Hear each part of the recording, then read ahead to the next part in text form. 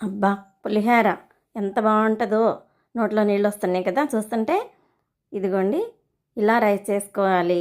చింతపండు పులుసు ఉడకపెట్టుకోవాలి. తాలింపు వేసుకోవాలి. అసలు ఇదంతా ఎలా చేశాను పక్కా కొలతలతో లాంగ్ వీడియోలో పెట్టాను. తప్పకుండా చూడండి, ట్రై చేయండి. నేను చేసే వంటలు చాలామంది ట్రై చేస్తున్నారు. బాగున్నాయని నాకు కామెంట్స్లో పెడుతున్నారు. వాళ్ళ కోసమే ఈ పులిహోర వీడియో చేశాను. చాలా అంటే చాలా బాగుంటుంది. మీరు కూడా ఒకసారి ట్రై చేయండి. సబ్స్క్రైబ్ చేయని వాళ్ళు ఎవరైనా ఉంటే సబ్స్క్రైబ్ చేసుకోండి. మీకు ప్రతి ఒక్కటి నోటిఫికేషన్ వస్తుంది. చూసారా, ఇలా కలుపుకోవాలి, ఇలా పులుసు ఉడకపెట్టుకోవాలి, తాలింపు పెట్టుకోవాలి, పులిహోర కలిపేయాలి. ట్రై చేస్తారు కదా. లాంగ్ వీడియోలో చూడండి. పొన్నూరు లక్ష్మీ బ్లాగ్స్లో. ఏమంటారు? ఇదిగోండి రెడీ అయిపోయింది.